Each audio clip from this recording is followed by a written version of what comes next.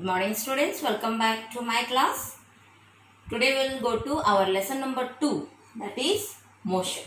So in this lesson we will read about first the fundamental definitions. What do you mean by rest, motion, then what's the relation between the rest and motion and the different types of motion. Okay, so let us start. When a body is said to be in rest, this you are studying from lower class also, still then we will discuss. If its position with respect to a fixed point or an object in its surrounding do not change with time, then only the body is said to be rest. Suppose one tree is here, one vehicle is parked here. Then this vehicle is at rest with respect to tree.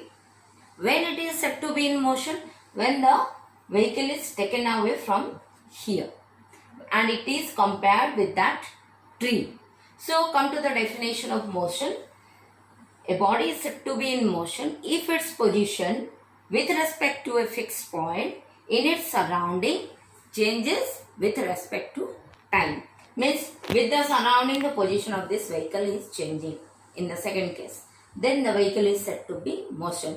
Until it is parked at that place, then with respect to tree, the car is at rest. This is about rest and motion.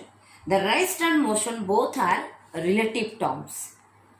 So let us discuss one example. Suppose two passengers are going in a same bus. They are sitting face to face. Same bus or same train, anywhere you can consider. If they will compare themselves, the bus may run, the bus may in the still position. If they will compare themselves, they will think that they are at rest. If both of them will compare them with the outside surrounding, then they will think or they will feel that they are in moving condition with the surrounding. So sometimes they are feeling rest, sometimes they are feeling motion. Means motion and rest are relative terms. So on your own also you can give any example, no problem. Now comes to your types of motion. The first category of motion is translatory motion.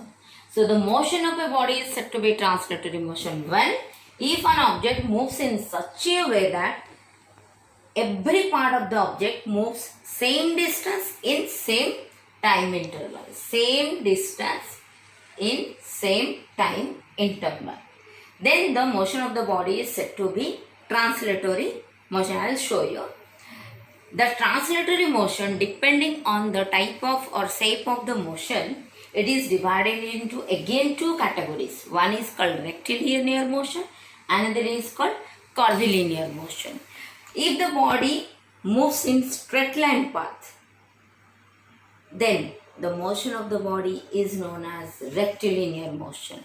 For example, one apple is falling from a tree. Then that motion is known as rectilinear motion. Suppose one car is moving, on the way it is taking a turn. Then that motion is said to be curvilinear motion. Means the motion of the body or if the object moves in a curved path. Which path? Curved path. Then that is known as curvilinear motion. Next come to circular motion. If the body or object moves about a fixed point. For example, you are tying a stone with your finger and rotating it. Or you are playing in merry-go-round or rotation of earth around the sun. These all are coming under your circular motion. The body or the object is moving around a fixed point. Second category is rotatory motion. Just more or less same as the circular motion, but what's the main difference? In circular motion, the body is moving about a fixed point. Here the body is moving about a fixed axis. For example, your spinning of top, that is known as your rotatory motion. Third category is your oscillatory motion. In this, the body moves to and fro. Which motion? To and fro. That motion is known as to and fro about a fixed point. For example, swing. You all are playing swing in the park. So that is the motion is to and fro, like this, to and fro motion. This is known as your oscillatory motion. Next one is the vibratory. It is the part of oscillatory motion. In this vibratory motion, one part of the object only vibrates. Other part is fixed. For example, vibration of tuning fork. Tuning fork you may not know.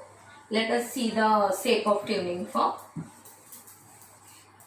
So the tuning fork is very simple.